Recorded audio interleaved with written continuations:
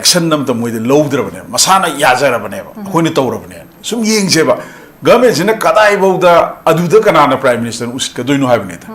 prime minister ro home minister ro delhi da phami bijing sina usiloi ba maram di kaino da akhoi sida is vote karaga mla oiriba mantri phammunari ba cm tanari ba mayam se sina manipur gi situation amadi manipur miyam gi sentiment se delhi da phajana tamba haitabra tamdabra tamningdabra kanum tawri aduna delhi na loi neglect taweba ngarang nahanda har ghar tiranga na flag pair ga satpadu da mayam tholaga nongmark taga si minister yaw na sali duti adudi moi gi miyeng da di kaino moi di india government amadi bjp gi sarkar si yam phajana yari na miyam na haina une ba mayam satrane si gi phibam sida khoina manipur gi miyam na noine tawriba noigi policy program noigi attitude du yaningdre have se leiriba government sida kamaina haiga doino sinida miyam su yam gyan da bam leiriba har ghar tiranga do mayam haini duni yum leitabam pham da har ghar tiranga ji kaino yum khudingi tiranga therka da akhoi tiranga respect tawi india flag respect tawi ado ta ga su leiriba situation sida mi matu ka ga mayam leiri dina hujia adu noi tai thabak si yaningde sida action lodri si kai gi noina law da manipur gi miyam amati MLA mayam haitare ruling party gi ko the political party gi ruling party gi leiri mayam sina adom da yokhatan leireba issues je manipur issues je makhoi noina nathai lab ne ta adu home minister na amadi prime minister na kadai bauda khoi usit ka doino haibne ta aduna akhoi gi political leaders in local leaders in side leiri mayam se masigi will moi determination si kaino sinida ina hoji yamna nga ise ado imale baksina sibuk soksale sibuk saksale hoji pi giba census tawraga delimitation tawraga matungda lakadaba consequence me amduda indigenous population je kada ida leidoino loisalla bane mathang ko political power economy da kaida loina census ki data da base tawraga ni dana ekhoi gi leiba ki administration gi ade policy program economy gi mayam ma sem ka doise apart from political shits ado targa di ekhoi gi sakthum khudi makse mitop na lawra kanda ekhoi si aroi beda minai ore le hodoine ko sigi situation je yore aina sigraga jo aigi isa da issue da mase aigi isa je issue se matabon da mi gi minai oiraga mitok ki minai oraga le hodor bani hase sibo masa da fil to bungam da ba ruling party gi mla mayam aina ruling party gi mla hai nami na di political party sai ba malam gani makhoina shakti do moi da pai bani na moi gi government ne na hai be wani da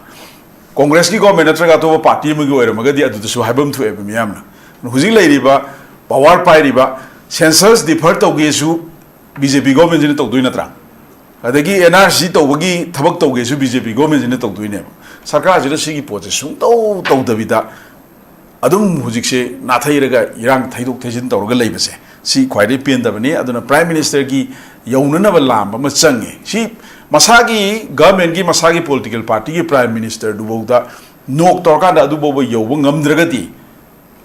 politician amane ne thuoga miyam gi seba to doino ne thuoga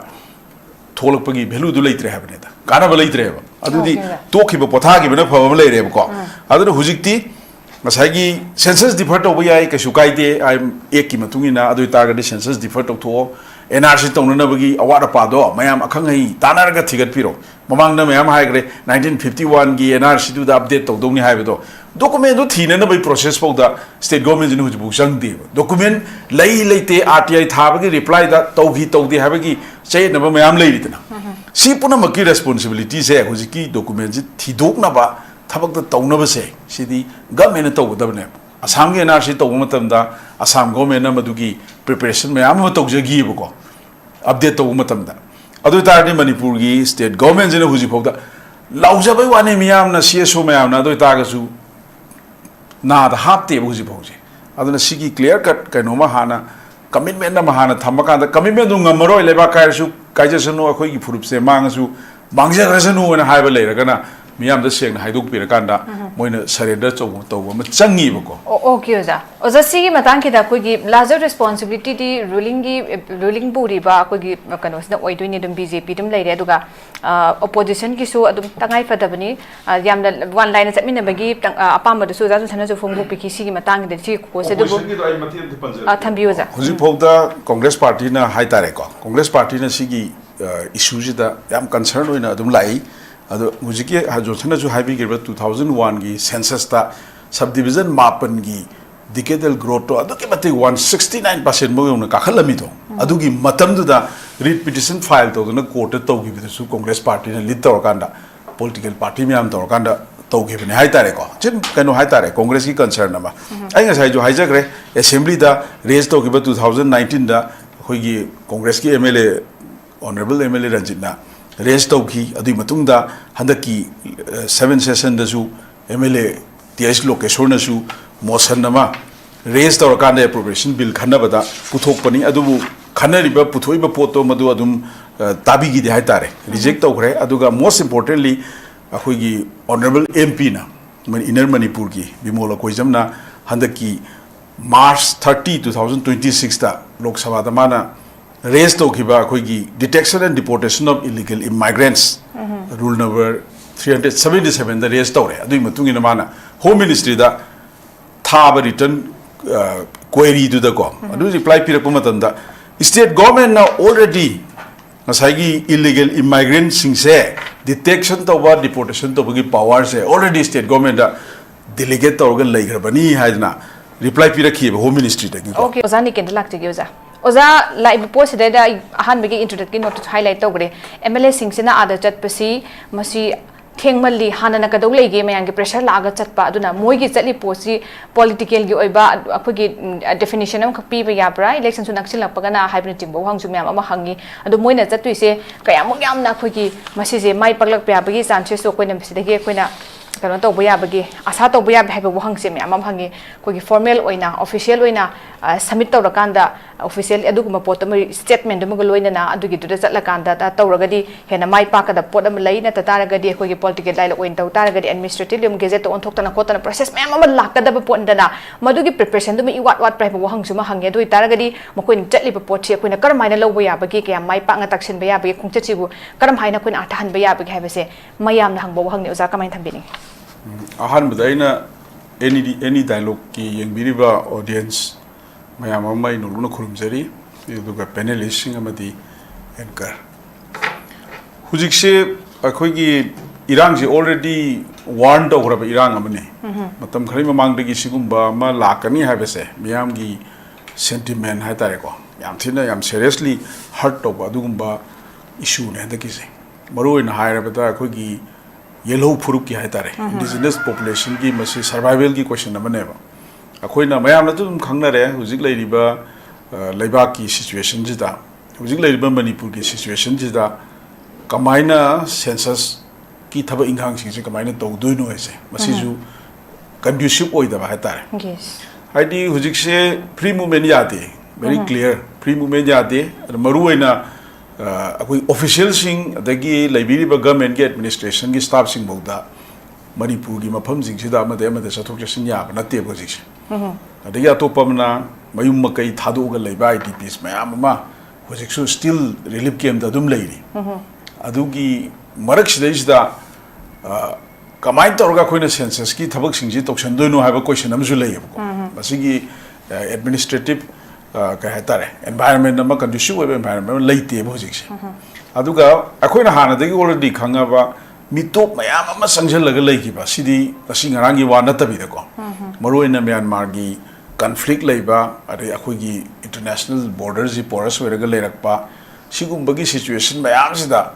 mitop mayam ama sangjal leikre aduga 2023 dagi pokhairak pa hatare ko sigi conflict ama lak pasina maram moidana amuke na situation je aggravate tawrga leirabne bako ada aina hujiki Delhi da delegation nama MLA singi satpa satba adugi wa natabada hujik leiriba state government je sina moi gi stand je kari no je clear ma yo oida moi tasengna hujik se census tawdringai da akoina mitop khandok na bagi mechanism am tawr kanda se NRC wer su ko tawr kanda madu khandok kanda tawsi haibase si mamang dagi mayam na manipur miyam na CSO mayam na political parties na su law ga la pot ne si state government na clear ma oi da male ID mamang da so ko na dum ta gre ko hujik lei bo honorable chief minister na ga media da phungdok ki ba koi gi ka hetare koi ka no taw na de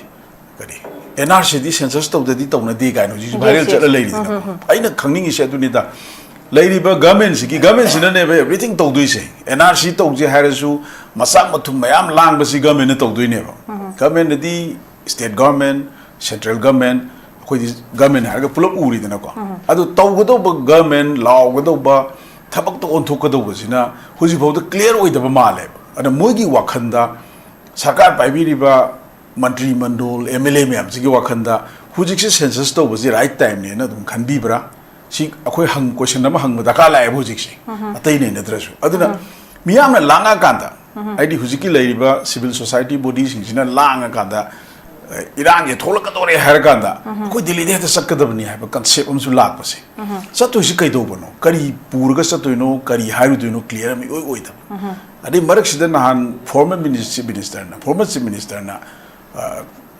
ꯆꯠꯂꯨꯔꯒ ꯗꯦꯜꯂꯤꯗ ꯆꯠꯂꯨꯕꯒꯤ ꯊꯣꯛꯂꯛꯄ ꯀꯥꯟꯗ ꯃꯥꯅꯁꯨ pressure ꯄꯤꯔꯝꯃꯦ ꯑꯗꯒꯤ union home ꯃꯤꯅꯤꯁꯇꯔꯅ ꯄꯣꯖꯤꯇꯤቭ ꯀꯩꯅꯣ ꯇꯧꯔꯛꯇꯧ ꯃꯥꯜꯂꯤ ꯈꯣꯠꯂꯤ ꯍꯥꯏꯔꯀꯥꯟꯗ ꯅꯣꯡꯉꯥꯜꯂꯒ ꯍꯦꯛ ꯅꯣꯡꯉꯥꯟꯕꯒ ꯑꯃꯨꯛ ꯑꯩꯈꯣꯏꯒꯤ ꯂꯩꯔꯤꯕ ꯒꯚꯔꯟꯃꯦꯟꯠꯁꯤꯒꯤ ꯁ꯭ꯄꯣꯛꯁ ꯄꯥꯔꯁꯟ ꯑꯅꯤ ꯑꯃ ꯇꯧꯔꯒ ꯄ꯭ꯔꯦꯁ ꯃꯤꯠ ꯇꯧꯔꯦ ꯑꯗꯨꯒ ꯑꯩꯈꯣꯏ ꯗꯦꯜꯂꯤꯗ ꯑꯃꯨꯛ ꯄ꯭ꯔꯦꯁꯔ ꯄꯤꯕ ꯆꯠꯂꯅꯤ ꯍꯥꯏꯔꯦ ꯑꯗꯨꯑꯣꯏꯗꯤ ꯍꯧꯖꯤꯛ ꯂꯩꯔꯤꯕ ꯒꯚꯔꯟꯃꯦꯟꯠꯁꯤꯒꯤ ꯑꯃꯗꯤ ꯔꯨꯂꯤꯡ ꯄꯥꯔꯇꯤꯒꯤ ꯃꯔꯛꯁꯤꯗꯩꯁꯤꯗ ꯑꯄꯨꯟꯕꯒꯤ ꯀꯩꯅꯣꯃ ꯎꯗꯕ ꯍꯥꯏꯇꯥꯔꯦꯀꯣ ꯍꯥꯏꯗꯤ ꯍꯥꯟꯅꯒꯤ ꯐꯣꯔꯃꯔ ꯆꯤꯐ ꯃꯤꯅꯤꯁꯇꯔꯗꯨꯁꯨ ꯃꯥꯁꯨ ꯒꯚꯔꯟꯃꯦꯟꯠ ꯄꯥꯏꯔꯤꯕ ꯄꯣꯂꯤꯇꯤꯀꯦꯜ ꯄꯥꯔꯇꯤꯁꯤꯒꯤ ꯃꯔꯨꯑꯣꯏꯕ ꯃꯦꯝꯕꯔ ꯑꯃꯅꯦꯕꯀꯣ MLA ꯑꯃꯁꯨ ꯑꯣꯏꯔꯦꯅꯦ ꯑꯗꯨ ꯑꯣꯏꯇꯥꯔꯗꯤ ꯃꯣꯏ ꯃꯁꯦꯟꯗꯗ ꯐꯖꯅ ꯑꯩꯈꯣꯏꯒꯤ ꯀ꯭ꯂꯤꯌꯔ ꯀꯠ ꯁ꯭ꯇꯦꯟ ꯑꯃꯀꯣ ꯀꯔꯤ ꯇꯧꯗꯧꯕꯅꯣ ꯀꯅꯥꯗ ꯍꯥꯏꯒꯗꯧꯕꯅꯣ ꯀꯃꯥꯏꯅ ꯇꯧꯒꯗꯧꯕꯅꯣ ꯍꯥꯏꯕꯒꯤ ꯃꯦꯀꯥꯅꯤꯖꯝ ꯑꯃ ꯏꯈꯪ ꯈꯪꯗꯕ ꯐꯣꯔꯃꯨꯂꯥ ꯑꯃ ꯏꯔꯩ ꯂꯩꯇꯕꯗꯧꯅ ꯇꯧꯔꯀꯥꯟꯗ ꯍꯧꯗꯅ ꯍꯦꯛꯇ ꯗꯦꯜꯂꯤꯗ ꯆꯦꯜꯂꯒ ꯂꯩꯔꯤꯕ ꯏꯔꯥꯡꯁꯦ ꯍꯦꯛꯇ ꯁꯕꯁꯥꯏꯠ ꯇꯧꯔꯅꯤ ꯑꯗꯒꯤ ꯃꯤꯌꯥꯝꯅ ꯂꯥꯡꯉꯤꯁꯦ ꯑꯩꯈꯣꯏ ꯗꯦꯜꯂꯤ ꯆꯠꯈ꯭ꯔꯒꯗꯤ ꯇꯧꯔꯛꯑꯅꯤꯅ ꯈꯟꯒꯗꯣꯔꯤꯕ꯭ꯔꯥ ꯀꯃꯥꯏꯅ ꯇꯧꯗꯣꯏꯅꯣ ꯍꯥꯏꯕꯒꯤ ꯑꯔꯨꯕ ꯇꯦꯛꯅꯤꯀꯦꯜ ꯑꯣꯏꯕ ꯑꯦꯔꯤꯌꯥ ꯃꯌꯥꯝꯗꯣ ꯀꯗꯥꯏ ꯐꯥꯎꯕꯗ ꯈꯟꯅꯈ꯭ꯔꯒꯦ ꯍꯥꯏꯕꯁꯦ ꯃꯁꯤ ꯑꯩꯈꯣꯏ ꯍꯧꯖꯤꯛꯁꯦ ꯀꯟꯚꯤꯟꯁ ꯇꯧꯗ꯭ꯔꯦꯕ ꯒ꯭ꯌꯥꯟ ꯇꯥꯗ꯭ꯔꯦꯕ ꯑꯗꯣ ꯚꯔꯁꯟ ꯃꯌꯥꯝꯁꯦ ꯂꯣꯏꯅꯃꯛ ꯉꯥꯏꯍꯥꯛ ꯂꯩꯇꯅ ꯑꯃ ꯇꯧ ꯂꯩꯔꯦ ꯑꯗꯨꯅ ꯑꯦꯛꯁꯟꯗꯤ ꯁꯔꯀꯥꯔꯁꯤꯅ ꯃꯔꯨ ꯑꯣꯏꯅ ꯇꯧꯗꯣꯏꯅꯦꯕ ꯈ꯭ꯋꯥꯏꯗꯒꯤ ꯐꯥꯔꯁꯇ ꯍꯧꯖꯤꯛ ꯗꯔꯀꯥꯔ ꯂꯩꯔꯤꯁꯤꯗꯤ NRCꯒꯤ ꯑꯣꯄꯔꯦꯁꯟ ꯁꯦꯜꯐ ꯏꯅꯨꯃꯔꯦꯁꯟꯒꯤ ꯀꯔꯤꯒꯤ ꯁꯦꯗꯨꯜꯁꯦ ꯍꯧꯖꯤꯟꯈ꯭ꯔꯕꯅꯤꯅꯀꯣ ꯏꯃꯤꯗꯤꯌꯦꯠꯂꯤ ꯁꯤ ꯍꯥꯟꯅ ꯁ꯭ꯇꯣꯞ ꯇꯧꯕ ꯑꯃ ꯆꯪꯉꯦꯕ ꯍꯥꯏꯗꯤ ꯃꯩ ꯒꯣꯡ ꯒꯣꯡ ꯆꯥꯛꯏꯕꯅꯤꯅꯀꯣ ꯈ꯭ꯋꯥꯏꯗꯒꯤ इहान हानबदा NRC ऑपरेशन जे सेंसस ऑपरेशन जे हुजिक इहान हाना तौदुइसे गवर्नमेंट की ऑर्डर हम थोगा मसी मतम खर डिफर तौननबा हाइदि ममांग दे डिफर तौबगी NRC तौगी सेंसस तौगी दो मयाम यावरेदनको 1951 दा अदम हौरपदा जम्मू एंड कश्मीर तौगीदे 6 असम दा तौगीदबा नागालैंड दा तौगीदबा अरुणाचल दा तौगीदबा मयाम लेदना माय मागी सिचुएशन दो मिलिटरी की मिलिटेंसी की अदगी अतो अतोपा फैक्टर मैम अमा से 2021 दा कोविड की मतम दा तौगीदे अदना मागी सेंसस एक 1948 सिदा अदुम यावजरबा हाय तारेको खुदोंग जादब लेरगदी सिदी ऑल इंडिया की एक्सरसाइज अमने यूनियन गवर्नमेंट की मखादा अखोई यूनियन लिस्ट यावजब पोटनेबको खुदोंग जादब मफम खरदुदी अखोई डिफर तौथोगांदा एथोकेशन लो याय हाबनेदा अदुगी पोतो हाना इमीडिएटली मसी हान होल्ड तौब लेपथोकम चंगेबा लेपकांदा करी मेकानिज्म दा कमाई तौरगा मितो खंदोकदगे हाबसे से NRC अदगी फॉरेनर्स ट्राइब्यूनल सेम्बा सी एवरीथिंग मागी इंडिया की लॉजिंग द लोइन यावजरगा लेबा पोटने अदुदा यामना टेक्निकली डिस्कस तौरकांदा विल लेबिरगदी हाबा लेबिबा स्टेट गवर्नमेंट सिना विल लेबिरबा तसेंगना मितोपसी खंदोगे हाबगी वाखलोनजे मोइदा फिल तौ तारगदी मसीगी मेकानिज्म दु पुथोकनबगी लंबी यालकाना तौगदबनेबा इरांग हौरगा दिल्ली दे चेनबा अदगी इरांग हौरइबा कांगबुदु सिपाइना तानरगा फागदबनि हाबगी ngaraangdasu dum अखोगी जस्ट एंड फेयर डिलिमिटेशन की कांगबु कैंपेन कांगबुदु पुलिस ना बेमदा थी खोली गायना हाबसु ताइको असिजु मीडियादा प्रेस मीट तौबदा ngasai mai thengnai adu somda chatlagadi yararoi si as usual हानागी इशू दुगे खेनयेबको सिगी इशू जिदी once censorship तौसनगी तागदी censorship delimitation लाकदोइने बस्तेइसदा अदु लाकपु मतमददी केदौगे द मयामना दुम खंगनरि दुनेबा 1972 दा कुकी कम्युनिटी की MLA तरु खक लेरमबनी हुजिक तरा लेरे फॉर एग्जांपल को अदगी नागा की रिप्रेजेंटेशन मतमदगी तम तम तम तम हुजि हाइदरकना हुजिक तरा लेरे को अदुन सिगी पोचिना करिगम 2027 की सेंसस से लेरिबा फिल्म से दुम तौगी तागदी अखंगैसिंग प्रोजेक्शन तौनरी से SD की रिजर्वेशन की सीट आउट ऑफ 60 दा 30 plus लाखरानी 32 33 लाखरानी अदुग मदुगी लेमहौरिदुना हानगी येलोमी hi तारेको yellow means akoigi valley the lady ba maitai ade maitai pangan sigi orakanda for example mapandagi sangi en akoina low river community sing sigi marakta lesan graba kangbu jing se sina political powers edum pai kanda ko yellow me sing na political power pai phangam trakanda ne ba adu de ne ba akoigi indigenous population gi extinction tam laka doisi aduna si yam dangerous ba yam na ka noi ba train ma khak laka ne ha bise khang na lei ri ba sarkar sina political line da nataba sidi BJP ga Congress ka khanna bagi natraga any dol gi wafam natre sidi ako indigenous population je kanna bagi damakta lei ri ba sakti pai ba sarkar du da koina sit tawde ate ha sidi ai gi imaleba ki amada gi furup ki wari ne ba sidi sai da party ma sen gi kari game na te sidi all parties loi thola kana si khona bam thoi ha bne da adu tawdu ina kana no sarkar pai ri ba party du na amadi sarkar du na tawdu ni da adu sarkar sida clear cut kaino ma lei ta ba hai tare ko sigi phibam je hujik lei adu masi amtang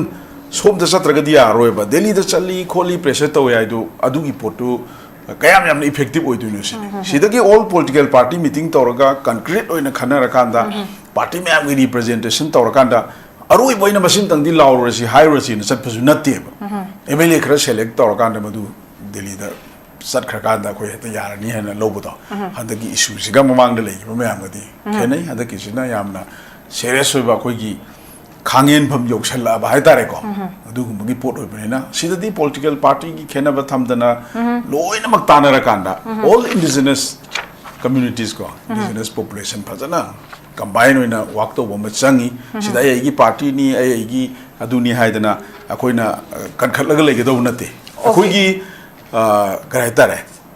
yellow fruit si mangan na honar ko party du dia ko yengna bane na lobum thu hai bane okay sir nasmaina han round thamje okay government gi hujik lai ba state government gi stand se karino hai besine na hujik ta mayam gi pressure se la matam da delhi de chi ni habagi mamang da suni kai gumba i hujik kan khalak matam da hujik ya da delhi de tension me thabak se ko dum uraga leire aduna mayam gi pressure se la kan da delhi de changsil laga ara taksilini hai bese miyam na pressure pirak tingai akan protest to tingai mamang du phau bu di dum census to bose yani habi wakhan du da adum to khani habi wakhan du da laibra habi khang gi su hange aduna hojik se kari damak ta hojik mo gi kano to ba pot ama all political party gi meeting ko boni khang de mo gi apun ba gori ama laura kanda adrei du dai state government represent to official statement duma ada takchil kan da push tong wi wafam duma mami wat pa koi gi panbigre wazana su hane gi former chief minister na hek ada chatluba home minister na thajaba piri haibagi poto ma lak se yoja basi pose ko myam nai ne thengman gre myam gi pressure lak pade gi chatpani sumain to buni dis and that haide ado makoina ada chatlaga to ke bise handaki matang sei sida lairiba delegation gi demand si adagi akogi kano to rokani na immediately consideration am khak lakani habagi thajaba lai bibra o habadi akogi wider consultation am khak koi conduct rokani habagi podam laibra kamain thambini yoja thajabagi di kuire mangi ba hai tare ko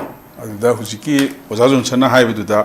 prime minister se lambam changi haise yam chumme de ngasi bo da thoiba manipur gi conflict se da prime minister je na thairaga leigrabne ko adu atopa mapan gi state amagi chief minister amana ga irai laina prime minister je phaminna ba khoi media da ga dum thoidana manipur gi chief minister na mamang da leiramba su hujik leiba government gi chief minister su no the prime minister ga phaminna ba gi wari sa ba gi poche kuire dana khoi uratri je ko aduna India ki manung de lai ba state sing sida manipur se neglect tawre ha se ba koi phajana khange adu maru aina aidi masigi prime minister gi home minister gi negligence kai de la ke da akhoi gi leader ne da na khoi na khalli ba mayam se hujik ruling party da lai ba leader sing se moi gi machine da gi hujik kari gum wahi am da se thok tri ba ai hujik ngaran nan media da press conference to kan da di haire NRC to we wafam ngasi chief minister ga satra mayam ga unabagi du chief minister na haire si to bagi akoi assembly da puthokani na ko live assembly September tangani du assembly da putho khanani ngai ke su leite already 2022 da ma 24 da ma assembly na resolution low ga madu takshan ne na haigre da natra madu mamang da 2019 da akoi gi February gi du da Congress ki MLA Honorable MLA K. Ranjit Namana NRC issues question order raised to Kanda, Matam chief minister and higher, but the already can with the center the high center da high grade reply laki bane ko adu maina assembly da discussion tawraga khannaraga resolution bawda 2 times logra ba pot ne aduna hujikti adugi assembly da puthokane na haiga mayam thembagi poto kanadre ba ko hujikti action tawna ba ha tare thabak to onthokna bagi damakta kwaidi maru oiriba head of the state se prime minister si yauna lam ama change ba prime minister na to koina state manipur gumba state amada khoigi kasagi ka hetare thoi oidana le ri kyam kuiri yengune akhoi gi state sigi contribution ji kaino ba india da sana khona ba do ro art and culture do ro every kaino ma da maming chatli ba kholi ba mayam se manipur gi pick asu pick na hetare ko manipur gi contribution chau na leiri ba de ba sidai ji da any kaino ma thok ma tam da akhoi gi maming le ba mi lei gi da ba da handaki kaino conflict manu ji da condolence bo torok trena yes se theater gi latan thiam lai tabada prime minister condolence haraktra bane si kari no mangon da feel toriba prime minister na feel tori kari no sineda adagi atopa mayam ma thokre huji ki ngasi gi kala kaino gi to kala tumbi gi su tori dana ko mi oi taruk se lengmai gi mi taruk si bu sumna pharaga hat pana tabada matu ka ga huji su mok ta leiri se khaw da hapa pur ei ne ko ai kanu da su makan village da ani raksha lure ko honorable mp ke chapu da yaw re adagi sida jenims ki mok ta ungsa pa su yaw amna ka hetare miwe bi sajat na tre ko sigu magi situation ji da kuki jo council na ra madugi kanu da claim to ra akhoi na to gi bani na haira bani ko adu haira bog da leiri ba government sina madugi action nam ta moi da lowdra bane masana yajara bane ba akhoi ni to ra bane sum yeng je ba government sina kadai bauda aduda kanana prime minister uska doino habne ta prime minister ro home minister ro delhi da phami bijing sina usiloi ba maram di kaino da akhoi sida da vote kara ga mla oiri ba mantri phammunari ba cm tanari ba mayam se sina manipur gi situation amadi manipur miyam gi sentiment se delhi da phajana tamba haitabra tamdabra tamningdabra kanum tawri aduna delhi na loi neglect tawai ba ngarang na handa har ghar tiranga na flag pair ga satpadu da mayam tholaga no martaga si minister yaw na sali duti adu di moi gi miyeng da di kai no moi di india government ma di bjp gi sarkar si yam phajana yari na miyam na haina u ne ba mayam satra ne si gi phibam sida khoi na manipur gi miyam na noi ne tori ba noi gi policy program noi gi attitude du ya ningdre have se leiri ba government sida kamaina hai ga duino sinida miyam su yam gyan da bam leiri ba har ghar tiranga do mayam na haini duni yum lei tabam pham da har ghar tiranga ji kaino yum khudingi tiranga thet ka dabna akhoi tiranga respect tawi india flag respect tawi adoi ta ga su leiri ba situation ji da mi matu ka ga mayam leiri dina hujia adu noi tai thabak si yaning de sida action lo dri si kai gi no na law ga da manipur gi miyam amati mla mayam hai tare ruling party gi ko the political party gi ruling party gi leiri ba mayam sina adom da yo khatan leire ba issue je manipur issue je makhoi no na thai lab ne ta adu home minister na amadi prime minister na kadai bauda khoi usit ka doino haibane ta aduna akhoi gi political leaders in local leaders in side leiri ba mayam se masigi will moi determination ji kaino sinida ina hoji yamna nga ise adu imale baksina sibuk soksa le sibuk saksa le hoji pi gi ba census tawraga delimitation tawraga matung da lakada ba consequence mayam du da indigenous population je kadai da leidoino loisala bane mathang ko political power economy da kai da loina mak census ki data da base to organi dana akhoi gi leba ki administration gi ade policy program economy gi mayam ma sem ka doise apart from political shits adu targa di akhoi gi sakthum khudi mak se mitop na lower kan da akhoi si aroi be da minai ore le hodoine ko si ki situation ji yore aina sigraga jo ai gi isa da issue da ma se ai gi isa ji issue se mataba da mi gi minai oiraga mitok ki minai oiraga le hodor bani hase sibo masada fil to bungam da ba ruling party gi mla mayam aina ruling party gi mla hai nami na di political party sai ba malam gani makhoi na sakti do moi da pai bani na moi gi government na hai be wani ta congress ki government na traga to party mi gi oira maga di adu to su haibam thu e ba miyam na huji lai ri ba power pai ri ba census defer to ge su bjp government ni to do na tra adagi nrc tawgi thabak tawge su bjp government ne tawduine sarkar jina sigi poje sung to dabida adum hujik se nathayiraga irang thaidok thejin tawraga leibase si khwaide pen dabani aduna prime minister gi yaunana ba lamba ma change si masagi government gi masagi political party gi prime minister du boda nok torka da du bobo yow ngamdraga ti politician amane thuoga miyam gi seba to doino ne thuoga tholakpagi value du leitre habne da kana ba leitre ba adudi tokhiba pothagi bana phaba leire ba ko adu hujikti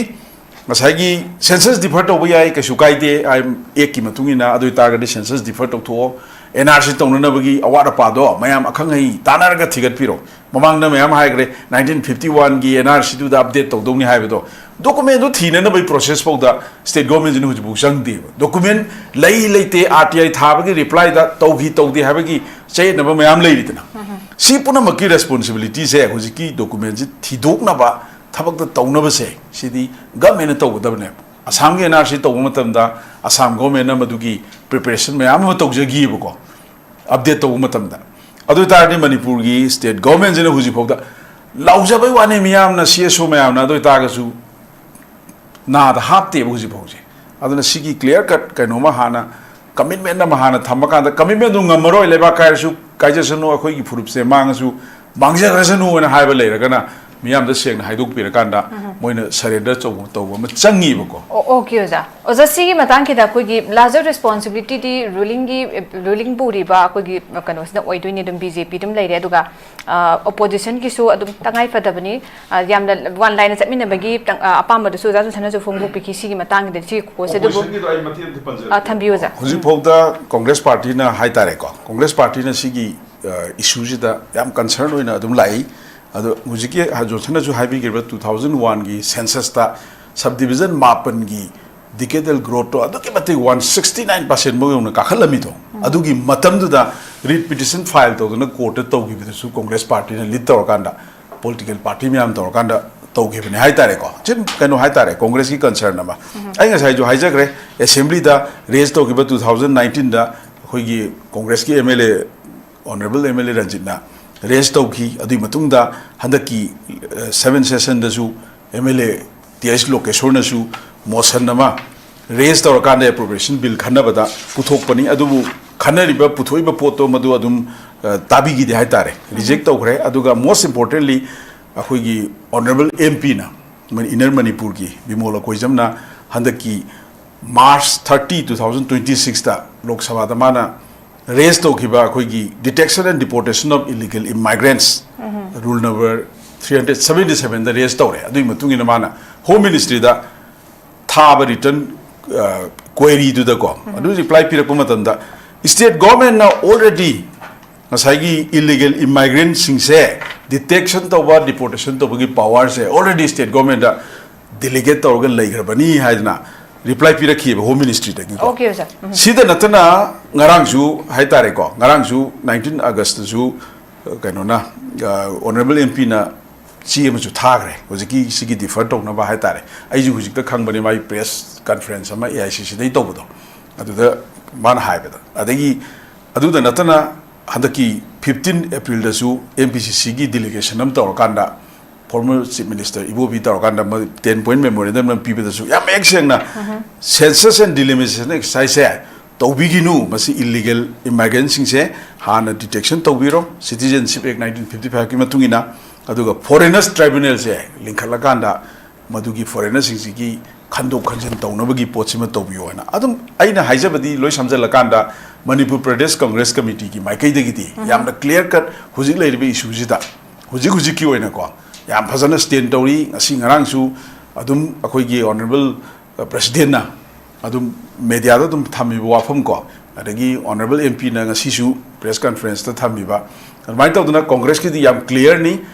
hujik leiribe condition se census operation amata tobiganu mas stop tobiro aduga mito bhana khandok tragadi tobiganu hai base okay Congress party ki stand na okay Congress party ki NRC updation of NRC before census having stand to blaze it duga makoi contribution hai tare so far sigi matang da tawba ya basu thabak thorom chung pakhali ha pegi poto thambire oza ma kelam jatha oza ni ken laksi oza tu na hujik se ꯑꯩꯈꯣꯏꯒꯤ ꯂꯩꯉꯥꯛꯀꯤ ꯀꯩꯅꯣꯁꯤꯡ ꯂꯣꯏꯁꯪꯁꯤꯡ ꯊꯤꯡꯖꯤꯟ boycott ꯇꯧꯁꯤꯟꯕꯒꯤ ꯋꯥꯐꯝ ꯃꯌꯥꯝ ꯑꯃ ꯂꯥꯛꯑꯦ ꯑꯗꯣ ꯁꯤꯒꯤ ꯄꯣꯠꯁꯦ ꯂꯥꯏꯈꯩ ꯇꯥꯔꯦ ꯑꯩꯈꯣꯏꯒꯤ ꯄ꯭ꯔꯣꯇꯦꯁ ꯃꯌꯥꯝꯒꯤ ꯈꯣꯡꯖꯪꯁꯤ ꯀꯟꯁꯤꯜꯂꯛꯄ ꯌꯥꯕꯒꯤ ꯃꯃꯤꯁꯨ ꯆꯥꯎꯅ ꯇꯥꯏ ꯍꯥꯏꯇꯥꯔꯦ ꯑꯗꯨꯅ ꯃꯤꯌꯥꯝꯁꯤꯅ ꯄ꯭ꯔꯣꯇꯦꯁ ꯑꯃꯒꯤ ꯃꯊꯪꯗ ꯄ꯭ꯔꯣꯇꯦꯁ ꯑꯃ ꯃꯌꯥꯝ ꯑꯃ ꯂꯥꯛꯏ ꯁꯤꯗ ꯀꯩꯒꯤꯅꯣ ꯍꯥꯏ ꯀꯥꯟꯗ ꯑꯩꯈꯣꯏꯒꯤ ꯗꯤꯃꯥꯟꯁꯦ ꯇꯧꯏ ꯗꯤꯃꯥꯟꯁꯤꯗ ꯑꯃꯨꯛ ꯁꯔꯀꯥꯔꯅ ꯈꯪꯉꯤ ꯃꯈꯣꯏꯁꯨ ꯃꯁꯤꯒꯤ ꯄꯣꯠꯁꯦ ꯑꯩꯈꯣꯏꯁꯨ ꯁꯤꯒꯤ ꯑꯒꯦꯟꯁꯇ ꯂꯩ NRC ꯕꯤꯐꯣꯔ ꯁꯦꯟꯁꯁꯁꯦ ꯑꯩꯈꯣꯏꯁꯨ ꯌꯥꯏꯗꯦ ꯍꯥꯏꯔꯀꯥꯟꯗ ꯃꯁꯤꯒꯤ ꯄꯣꯠꯁꯤꯗꯩꯗ ꯔꯤꯄꯤꯇꯦꯗꯂꯤ ꯑꯩꯈꯣꯏꯒꯤ ꯁꯤ ꯄꯣꯠꯁꯦ ꯑꯗꯨꯝ ꯗꯤꯃꯥꯟ ꯇꯧ ꯇꯥꯔꯒꯁꯨ ꯔꯤꯄꯤꯇꯦड ꯄ꯭ꯔꯣꯇꯦꯁ ꯇꯧ ꯇꯥꯔꯒꯁꯨ ꯁꯔꯀꯥꯔꯁꯤꯅ ꯂꯩꯉꯥꯛꯁꯤꯅ ꯍꯥꯏꯇꯥꯔꯦ ꯊꯃꯣꯏ ꯁꯦꯡꯅ ꯅꯠꯇ꯭ꯔꯒ ꯑꯩꯈꯣꯏꯒꯤ ꯑꯣꯏꯅꯅꯕꯒꯤꯗꯃꯛꯇ ꯈꯣꯡꯊꯥꯡ ꯑꯃ ꯄꯥꯏꯈꯠꯄꯁꯨ ꯎꯗꯦ ꯑꯗꯨꯅ ꯃꯈꯥ ꯇꯥꯔꯛꯄꯗ ꯏꯔꯥꯡꯁꯤ ꯀꯟꯁꯤꯜꯂꯛꯄ ꯌꯥꯕꯒꯤ ꯃꯃꯤꯁꯨ ꯑꯗꯨꯝ ꯆꯥꯎꯅ ꯇꯥꯏ ꯍꯥꯏꯇꯥꯔꯦ ꯂꯣꯏꯁꯤꯜꯂꯛꯄꯒꯤ ꯑꯣꯖꯥꯅ ꯀꯃꯥꯏꯅ ꯊꯝꯕꯤꯅꯤꯡꯉꯤ ꯑꯣꯖꯥ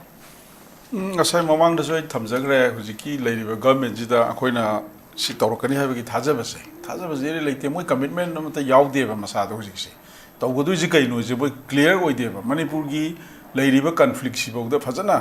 ꯗꯥꯏꯒꯅꯣꯁ ꯇꯧꯗꯕ ꯃꯥꯜꯂꯦꯀꯣ ꯍꯥꯏꯗꯤ ꯚꯔꯁꯟꯁꯦ ꯉꯥꯏꯍꯥꯛ ꯂꯩꯇꯅ ꯄ꯭ꯔꯣꯕ꯭ꯂꯦꯝ ꯈꯨꯗꯤꯡꯃꯛꯁꯤꯒꯤ ꯑꯩꯈꯣꯏꯒꯤ ꯍꯧꯔꯛꯐꯝ ꯃꯔꯨꯑꯣꯏꯕꯁꯦ ꯑꯩꯈꯣꯏꯒꯤ ꯏꯜꯂꯤꯒꯦꯜ ꯏꯃꯥꯏꯒ꯭ꯔꯦꯟꯁꯤꯡ ꯆꯪꯉꯛꯄꯗꯒꯤ ꯇꯧꯕꯅꯤ ꯉꯁꯥꯏ ꯀꯩꯅꯣꯅꯁꯨ ꯃꯥꯏꯀꯦꯜꯅꯁꯨ ꯊꯝꯕꯤꯈ꯭ꯔꯦꯀꯣ ꯑꯗꯨꯒꯤ ꯏꯁꯨꯁꯤ ꯐꯖꯅ ꯗꯥꯏꯒꯅꯣꯁ ꯇꯧꯔꯀꯥꯟꯗ ꯀꯗꯥꯏꯗꯒꯤ ꯁꯣꯂꯨꯁꯟ ꯄꯨꯔꯛꯀꯗꯒꯦꯗꯣ ꯑꯗꯨꯃ ꯊꯤꯔꯀꯥꯟꯗ ꯍꯧꯖꯤꯛꯀꯤ ꯏꯃꯤꯗꯤꯌꯦꯠ ꯗꯔꯀꯥꯔ ꯑꯣꯏꯔꯤꯁꯤꯗꯤ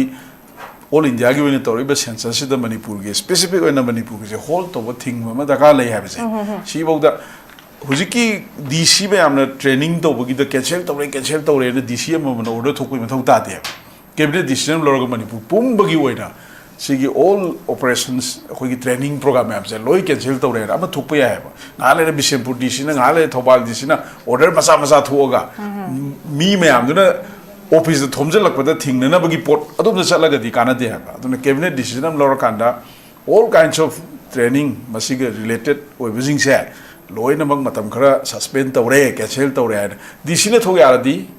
ꯑꯩꯈꯣꯏꯒꯤ ꯒꯚꯔꯟꯃꯦꯟꯠꯅ ꯀꯦꯕꯤꯅꯦꯠ ꯗꯤꯁꯤꯖꯟ ꯂꯧꯔ ꯃꯅꯤꯄꯨꯔ ꯄꯨꯝꯕꯩ ꯊꯣꯛꯄ ꯌꯥꯏꯑꯕ ꯅꯠꯇ꯭ꯔꯗꯤ ꯑꯦꯔꯤꯌꯥ ꯈꯔꯗꯗꯤ ꯑꯩꯈꯣꯏꯒꯤ ꯂꯥꯎꯔꯤꯕ ꯈꯣꯡꯉꯤꯕ ꯃꯨꯚꯃꯦꯟꯠꯁꯤꯅ ꯌꯧꯕ ꯉꯝꯗꯕ ꯑꯦꯔꯤꯌꯥ ꯈꯔꯗꯗꯤ ꯐ꯭ꯔꯤꯂꯤ ꯑꯣꯄꯔꯦꯠ ꯇꯧꯔꯝꯕꯅꯦꯕ ꯁꯦꯟꯁꯁ ꯑꯣꯄꯔꯦꯁꯟ ꯃꯥꯅꯦ ꯑꯗꯨꯅ ꯑꯩꯈꯣꯏꯁꯤ ꯉꯁꯥꯏ ꯍꯥꯏꯖꯣꯟꯁꯟꯅꯁꯨ ꯍꯥꯏꯗꯣ ꯃꯆꯦꯠ ꯇꯥꯕꯗꯧꯅ ꯇꯧꯕ ꯑꯃ ꯑꯩꯈꯣꯏꯒꯤ ꯀꯩ ꯍꯥꯏꯇꯥꯔꯦ ꯗꯤꯐꯦꯛꯇꯣ ꯇꯧ ꯂꯩꯔꯦꯕ ꯍꯧꯖꯤꯛꯁꯦꯀꯣ ꯐꯣꯔ ꯑꯦꯛꯖꯥꯝꯄꯜꯁꯦ ꯃꯅꯤꯄꯨꯔꯗ ꯑꯃꯨꯛ ꯊꯣꯛꯇꯕꯗ ꯗꯤꯄꯨꯇꯤ CMꯁꯦ ꯅꯥꯒꯥ ꯑꯃ ꯀꯨꯀꯤ ꯑꯃ ꯃꯅꯤꯄꯨꯔꯒꯤ ꯃꯩꯇꯩꯒꯤ CM ꯑꯃ ꯇꯧꯔꯀꯥꯟꯗ ꯑꯍꯨꯝ ꯊꯣꯛꯅ ꯗꯤꯖꯥꯏꯟ ꯇꯧꯔꯒ ꯊꯝꯗ꯭ꯔꯥ ꯖꯣꯒ꯭ꯔꯥꯐꯤꯀꯦꯜꯂꯤ ꯑꯗꯨꯝ ꯆꯪꯅꯕ ꯌꯥꯗꯕꯁꯦ ꯁ꯭ꯇꯤꯜ ꯂꯩꯔꯤ ꯑꯗꯒꯤ ꯑꯦꯗꯃꯤꯅꯤꯁꯇ꯭ꯔꯦꯇꯤቭ ꯑꯣꯏꯅꯁꯨ ꯍꯧꯖꯤꯛꯁꯦ ꯂꯣꯏꯅ ꯆꯪꯅꯕ ꯌꯥꯗꯅ ꯂꯩꯔꯤꯀꯣ ꯑꯩꯈꯣꯏꯒꯤ ꯃꯩꯇꯩꯒꯤ CM ꯑꯝꯇ ꯃꯩꯇꯩꯒꯤ SP ꯑꯝꯇ ꯆꯨꯔꯆꯥꯟꯄꯨꯔꯗ ꯊꯥꯕ ꯌꯥꯗ꯭ꯔꯤꯗꯅ ꯍꯧꯖꯤꯛ ꯑꯗꯨꯅ ꯑꯦꯗꯃꯤꯅꯤꯁꯇ꯭ꯔꯦꯇꯤቭ ꯑꯥꯁꯄꯦꯛꯇꯁꯨ ꯑꯩꯈꯣꯏ ꯁꯦꯄꯔꯦꯁꯟ ꯑꯣꯏꯅ ꯊꯝꯕ ꯖꯣꯒ꯭ꯔꯥꯐꯤꯀꯦꯜꯂꯤꯁꯨ ꯁꯦꯄꯔꯦꯠ ꯇꯧꯔꯒ ꯊꯝꯕ ꯑꯗꯒꯤ ꯍꯦꯠ ꯑꯍꯨꯝ ꯍꯥꯏꯇꯥꯔꯦꯀꯣ ꯗꯤꯄꯨꯇꯤ CM ꯑꯅꯤꯒ ꯆꯤꯐ ꯃꯤꯅꯤꯁꯇꯔ ꯑꯃ ꯇꯣꯉꯥꯟ ꯊꯝꯕ ꯂꯩꯔꯤꯕ ꯀꯦꯕꯤꯅꯦꯠꯁꯤꯁꯨ ꯑꯦꯛꯁꯄꯥꯟꯁꯟ ꯇꯧ ꯉꯝꯗꯗꯅ ꯃꯊꯧ ꯇꯧꯍꯟꯗꯅ ꯑꯗꯨꯝ ꯊꯝꯕ ꯀꯗꯥꯏꯗꯩꯅꯣꯃ ꯗꯤꯛꯇꯦꯠ ꯇꯧꯔꯒ ꯁꯨꯝ ꯃꯅꯤꯄꯨꯔꯁꯦ ꯆꯂꯥꯏꯔꯤꯑꯕ ꯑꯗꯨꯅꯗꯤ ꯍꯧꯖꯤꯛꯀꯤ ꯅꯦꯁꯅꯦꯜ ꯏꯟꯇꯔꯦꯁꯇ ꯉꯁꯥꯏꯒꯤ ꯍꯥꯏꯕꯤꯈꯤꯕ ꯑꯗꯨꯃꯥꯏꯅ ꯇꯧꯗꯅ ꯗꯤꯂꯤꯃꯤꯇꯦꯁꯟ ꯕꯤꯜ ꯑꯃ ꯄꯨꯊꯣꯛꯑꯒ ꯊꯨꯅ ꯄꯥꯁ ꯇꯧꯍꯧꯅꯕꯒꯤ ꯄꯣꯠ ꯑꯃ ꯉꯁꯥꯏꯒꯤ ꯋꯤꯃꯦꯟ ꯔꯤꯖꯥꯔቬꯁꯟꯒꯤ ꯀꯩꯒꯤ ꯃꯌꯥꯝꯗꯣ ꯂꯥꯛꯄ ꯌꯥꯅꯅꯕ ꯁꯦꯟꯁꯁꯁꯦ ꯊꯨꯅ ꯂꯣꯏꯁꯟꯅꯕ ꯍꯣꯠꯅꯔꯛꯄꯗ ꯑꯩꯈꯣꯏꯅ ꯚꯤꯛꯇꯤꯝ ꯑꯣꯏꯔꯀꯥꯟꯗ ꯑꯩꯈꯣꯏ ꯁ꯭ꯇꯦꯠꯀꯤ indigenous populationꯁꯨ ꯂꯣꯏ ꯃꯥꯡꯍꯧꯗꯣꯏꯅꯦꯕ ꯑꯗꯨꯅ ꯑꯩꯈꯣꯏꯒꯤ ꯏꯊꯧꯗꯤ ꯑꯩꯈꯣꯏ ꯏꯁꯥꯁꯦ ꯀꯟꯖꯅꯕ ꯑꯩꯈꯣꯏꯒꯤ ꯁ꯭ꯇꯦꯠꯁꯦ ꯄꯥꯔꯤ ꯄꯨꯔꯤꯒꯤ ꯍꯥꯛꯇꯛꯇꯒꯤ ꯑꯩꯈꯣꯏꯅ ꯂꯥꯛꯑꯕ ꯂꯩꯃꯤꯟꯅꯔꯕ indigenous populationꯁꯦ ꯀꯟꯅꯅꯕ ꯍꯣꯠꯅꯕꯗ ꯍꯧꯖꯤꯛꯄꯨ BJPꯅꯤ ꯍꯧꯖꯤꯛꯄꯨ ꯀꯪꯒ꯭ꯔꯦꯁꯅꯤ ꯑꯗꯨꯅꯦꯅ ꯌꯦꯡꯕ ꯌꯥꯕ꯭ꯔꯥꯕ ꯅꯠꯇ꯭ꯔꯥ ꯑꯗꯨꯅ all differences political partyꯒꯤꯁꯦ ꯊꯥꯗꯣꯛꯑꯀꯥꯟꯗ ꯍꯧꯖꯤꯛꯇꯤ ꯍꯥꯏꯗꯤ political partyꯒꯤ ꯄꯣꯠ ꯅꯠꯇꯕꯤꯗ ꯇꯧꯒꯗꯕꯅꯦ ꯑꯗꯨꯕꯨ whereas ꯀꯩꯅꯣ ꯍꯥꯏꯔꯀꯥꯟꯗ ꯄꯋꯥꯔ ꯄꯥꯏꯔꯤꯕ ꯁꯤꯟꯒꯗꯧꯕ ꯊꯕꯛ ꯇꯧꯒꯗꯧꯕꯗꯨꯗꯤ ꯍꯧꯖꯤꯛꯀꯤ ꯑꯣꯏꯅꯗꯤ BJP ꯑꯣꯏꯔꯤꯕ ꯃꯅꯤꯄꯨꯔꯒꯤꯗ ꯅꯠꯇ꯭ꯔꯥ ꯑꯗꯨꯅ ꯄꯥꯔꯇꯤꯒꯤ ꯂꯦꯚꯦꯜꯗꯁꯨ ꯀꯩꯝꯇ ꯇꯧꯕ ꯎꯗꯦ ꯑꯗꯒꯤ ꯒꯚꯔꯟꯃꯦꯟꯠꯀꯤ ꯂꯦꯚꯦꯜꯗꯁꯨ ꯀꯦꯕꯤꯅꯦꯠ ꯗꯤꯁꯤꯖꯟ ꯂꯧꯕ ꯉꯝꯗ꯭ꯔꯗꯤ ꯀꯩ ꯀꯥꯟꯅꯩ ꯑꯗꯨꯅ ꯗꯤꯜꯂꯤ ꯆꯠꯄ ꯈꯣꯠꯄꯒꯤ ꯋꯥꯐꯝꯗꯨꯗꯤ ꯑꯣꯟꯂꯤ ꯐꯦꯁ ꯁꯦꯚꯤꯡꯒꯤ ꯉꯥꯏꯍꯥꯛꯀꯤ ꯗꯥꯏꯚꯔꯠ ꯇꯧꯕ ꯌꯥꯅꯕ ꯇꯧꯖꯕꯩ ꯋꯥꯅꯤ ꯑꯩꯈꯣꯏꯅ ꯃꯗꯨꯗ ꯌꯥꯝꯅ ꯃꯃꯥꯡꯗ ꯗꯤꯜꯂꯤꯁꯦ ꯀꯌꯥꯔꯛ ꯆꯠꯈ꯭ꯔꯦ ꯃꯅꯤꯄꯨꯔꯒꯤ ꯀꯟꯐ꯭ꯂꯤꯛ ꯂꯩꯔꯤꯉꯩꯗ ꯆꯠꯂꯒ ꯐꯝꯃꯒ ꯀꯅꯥꯝ ꯎꯅꯗꯅ ꯑꯗꯨꯝ ꯂꯥꯛꯈꯤꯕ ꯀꯩꯝꯇ ꯉꯝꯕ ꯅꯠꯇꯦꯕꯀꯣ ꯑꯗꯨꯅ ꯁꯤꯒꯤ ꯂꯨꯔꯕ ꯇꯥꯏꯃꯤꯡꯁꯤꯗꯗꯤ ꯁꯔꯀꯥꯔꯒꯤ ꯑꯣꯏꯕ ꯒꯚꯔꯟꯃꯦꯟꯠꯀꯤ ꯑꯣꯏꯕ ꯗꯤꯁꯤꯖꯟ ꯑꯃ ꯄꯨꯔꯒ concrete over Manipur, Miami Warepto, Miam to represent or kind of cabinet decision of Puru Sapuergati, Prazamiam Niamna, welcome to Robia. Aduga Hector Press of Omaga Quakers Alaga, Pursuit of Nihavidudi, Assembly resolution and direct later put to the MLA Krasalaga Huzik Pursuit or Gayar. Huzik live situation, Ziki, Masaki Hibi gave it Tata Mayama, Population Commission, Putureba, demographic imbalance, Mayama, see everything low in a poor kind of government place. Government to government, state government na central government da akoi manipur ge interest sini haidana place to bungam dragati akoi gi kano se effort se kana roi akoi gi hauri be yo mayam se masi sarkar sini yauna to bo masang ni habne okay sir nungai je ji sarkar gi state government gi ato daite sini mai accountability ne use akoi gi steam panel is ko manga su ko emphasis pi de na